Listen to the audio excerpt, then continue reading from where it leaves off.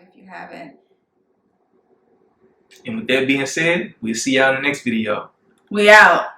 Peace. We did great. I'm proud of you, baby.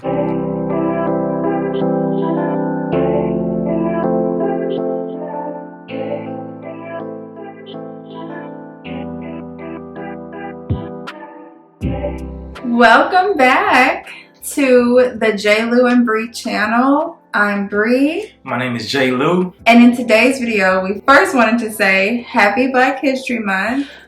And in honor of Black History Month, we wanted to just speak about finances and share that more on that topic with you all throughout the month to help empower ourselves and you all that may be watching. And in regards to the YouTube space, there's not a lot of positive images of Black couples. So with the goal of our channel, what we want to do moving forward is definitely try to highlight some of the things that has helped our relationship thus far that we believe could help you all. So with the budget spreadsheet, this is something that I've always practiced in my own life, but when we took our premarital counseling course, they also brought it up and discussed the importance of it as well there. So we figured that this would be something great because a lot of people don't know that what do they say, like the number one reason why people get divorced is because of money, right, or something like that. It's not necessarily because of money. It's because people don't talk about money, and then they don't know how to talk about it, you know. So hopefully this video will be able to give you all a little bit of insight in regards to how you can have that conversation,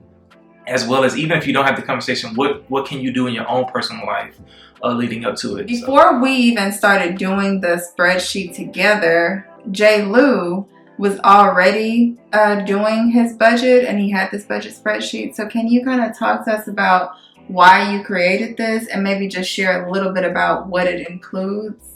Yeah, so for you all that may not know, my background is in engineering. So the only reason why I mention it is because when you're going through school, you can easily accrue a lot of debt and you got to be kind of on top of it. Whenever I went to college, thankfully I had worked my butt off to get a full ride, but the money that I was receiving from my scholarship, I had to allocate how much I would spend in order for me to survive during the school year without having to work, right? I looked at the opportunity of having a full ride as an opportunity for me not having to work, but if you do have to work, you can still use it for that reason. So that's where the idea came from. It was just so I could stay pinpoint in regards to my financial goals of, okay, if I'm getting a refund check, then this is how much I can spend a month.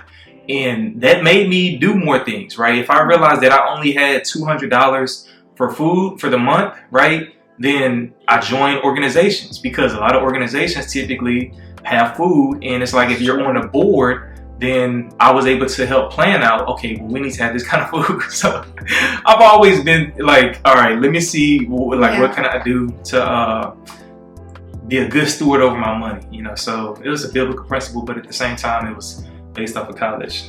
So. Okay. Thanks for sharing that, baby. I think Lew may have shared a little bit of that with me before, but I just, forgot. Nah, it's like, honestly, I think that's the first time I shared it. I thought you was gonna say maybe I shared it on my channel. I don't talk about that. Oh, I don't know why I thought you gave me a little bit of, We talked about the organizations. Because as you all probably have watched our video in regards to how we met and everything like that, it was because of the engineering organization I was still a part of where I originally met Bri. Shout out to Florida. What's up, girl?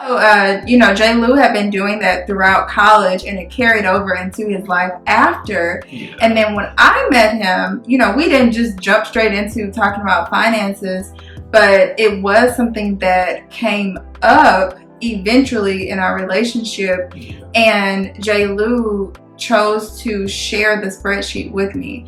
So I saw that as something that was very important and meaningful, because he didn't have to include me in on what had been working for him in his life in terms of finances. He could have just said, make sure you're in a good place financially so we can be good together, and not ever shared any practical ways to do that. So I appreciate him for doing that, but I also wanted to kind of hear about what in your mind made you say, let me let Bri in on what I'm doing exactly. Yeah, and this goes into the reason why we wanted to shoot the video, because as a couple, if you are seeking to be with somebody, like, I don't believe in dating just all freely, like you just date as many people as possible.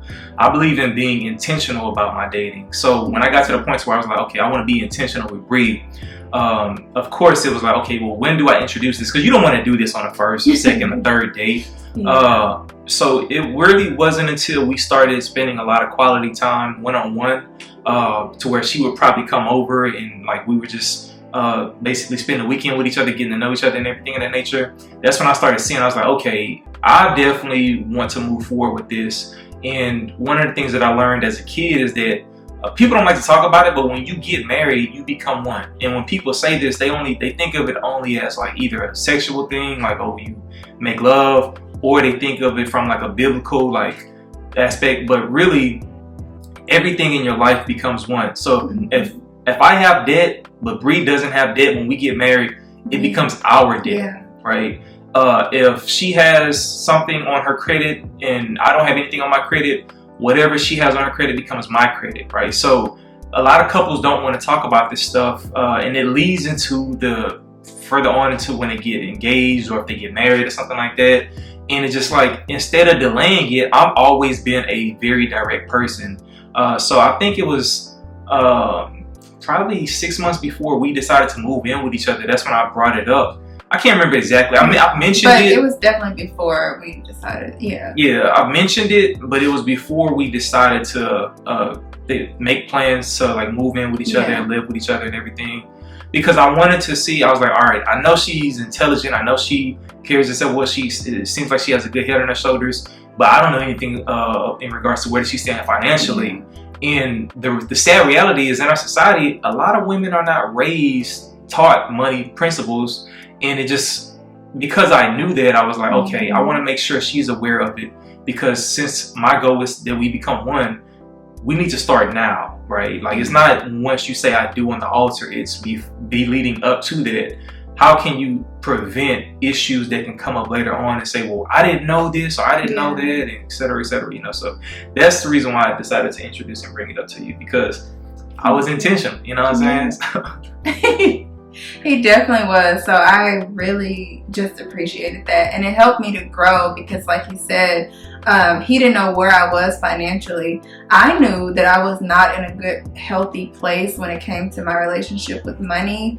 And, you know, when I was little, my mom did teach me, my mom and dad taught me a few things about financial principles, but I did not keep those with me throughout my life because I never felt like I had to. I didn't make it a priority. So there are mistakes that I made that I had to start paying for even after college, you know, and into my adult life. So I appreciated J. Lew for listening to me when I told him where I was financially, not judging me, and discussing with me different ways that I could improve, which led him to sharing the spreadsheet with me. And he was like, look at how much, how much is your paycheck, how much are your income, and then how much you spend on bills. But the spreadsheet, will automatically do those sum totals for you. And I don't want to, get into the very specifics, but that's something that you can really see outlined for you on the spreadsheet.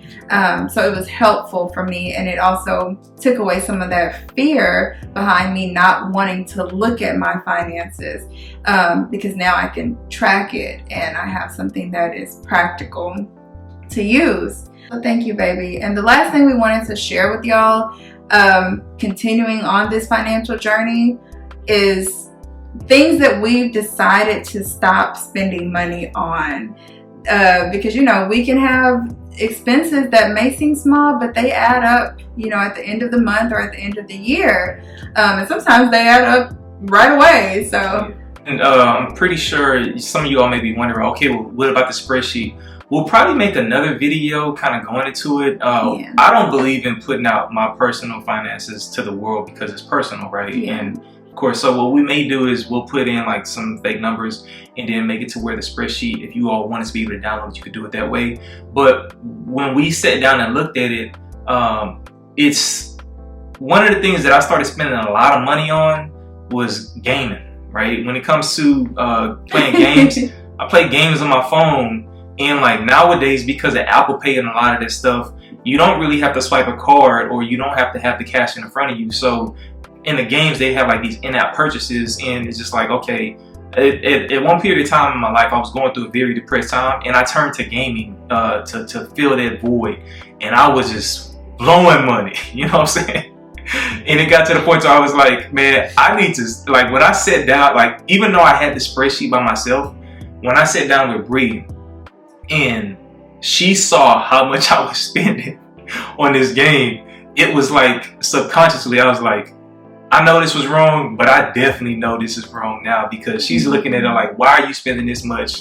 You know, and that is something else that, like what she said earlier about introducing the spreadsheet wasn't something to judge or criticize or to demean her or whatever, because it's not just women that's not talking about it. It's just a lot of women may not be taught these things, but there's a lot of people in general that don't focus on financial principles. The second thing was food, right? So easily, when it comes to your budget, if you have a credit card or a bank or whatever the case is, you can look on your statement and divide it up, and they'll tell you, okay, this is your expenses for gas, this is your expenses, et cetera, and this is your expenses for food and dining. Every single month, my food and dining expenses, it was insane. And it was like for me living with myself, it was crazy. Like most people may have a budget of like $200 to $600 a month for themselves.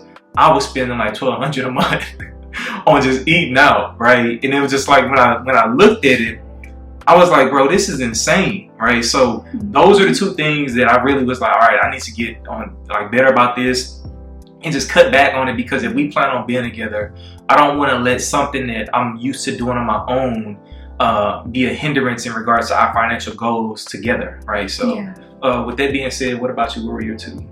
Yeah, and I just wanted to also speak on the food thing that J-Lew just mentioned. When you're dating, even, you know, your budget can triple. I mean, when you're dating, the amount that you're spending on food can triple sometimes.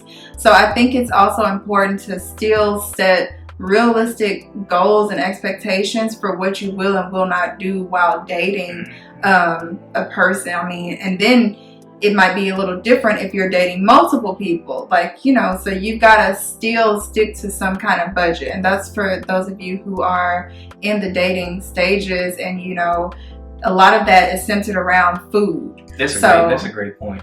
Yeah, so keep that in mind too. And, you know, when J-Lew and I were dating, you know, it was top shelf all the time. We went out, you know, so, but anyway. It wasn't top shelf. Like, we did spend a lot of money on food, not knowing, just because we would grab food and then we would go up and hang out and just talking, because it's like, it's a part of the dating experience culture, as well. You know, so. Yeah. So yeah, that was something I wanted to say also. Just keep that in mind moving forward. And the person that respects that's somebody that you want to, you know, keep around. And that's for men and women. Before she continues, fellas, this is a tip. Make sure you find a woman. Like, she don't have to do this, but Bri used to always ask me, hey, how much is it? Right? Yeah. I didn't expect her to. And sometimes when she would, I would just say, don't worry about it. Right? But the fact that every single time we went out, she said, hey, how much is it? Or how much, this is how much I'm going to put towards it, or whatever the case is. I didn't expect that, but that just showed me kind of her character. And it's just like, that's a major difference, because a lot of women be expecting you just to pay for everything. And it's just like, when you are dating somebody, that is you're not entitled for somebody to take care of you or to cover everything. But the fact that she didn't want to just be taken care of showed me that, okay, clearly, at the end of the day, she cares about us, like our money. She's not trying to drain my pockets, you know. So that being said, I don't want to cut you off. Thank you, baby, for saying that. Yeah, just think about those things that we've said. And then for me, one of the major things I stopped spending money on was my nails. So to some people that might sound small, or it might sound like I'm depriving myself. When I would get my nails done, I would spend anywhere between $100 to $150 for what I was getting. And I didn't like to go to the nail shop just to get my nails polished. You know, I wanted designs, I wanted them long, you know, I wanted them a specific shape. So that was important to me. And then when I was looking at some of the other things that I wanted to do in my life, such as travel, I realized, okay, this $100 to $150 every 2 weeks sometimes, or every month, or every 3 weeks, could be allocated towards things that I really want to do.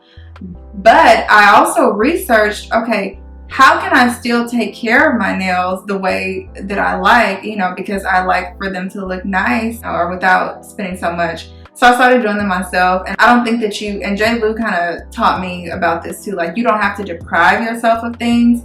Maybe you, allocate money towards it or increase your income to get there. But there's some things that you may just decide, I don't want to do this anymore. I want to do it another way. So he already touched on food. That was my other big category. So with that being said, like I said, we're going to probably do a follow-up video just to actually walk through and provide you all with a copy of the spreadsheet. Yeah. Now, this is something that I typically offer people whenever I'm teaching them how to trade, because a lot of times people want to learn how to trade because they want to make a lot of money. Mm-hmm. But one of the things about making money and the principles of me creating a spreadsheet was that it's not about making more money. It's about how much do I actually need to survive and to live. And even when I start making more money, I don't have to increase that, right? Yeah. So it's just like, it makes you become a lot more disciplined in so many different areas of your life. And like Bri mentioned, like I stopped going to the barbershop because I learned how to cut my hair, like with her nails, Those are little things that you may not think of, but like when you start putting it on paper and start seeing how much it adds up, and then you say, oh, well, I want to go travel, then you start saying, oh man, if instead of me spending $20 or $50 for a haircut every single week, I could easily put that towards a savings goal, which we'll get into more videos in the future on the channel. So with that being said, we appreciate you all for watching this video. And if there's any comments or questions that you all may have, make sure you leave them down in the comment section below. Yes, thank y'all so much for just supporting us. It's good to be back, It's good to be back here together, doing this. So again, like J. Lew said, thank y'all for watching. Please continue to like, share the videos, and subscribe if you haven't. And with that being said, we'll see y'all in the next video.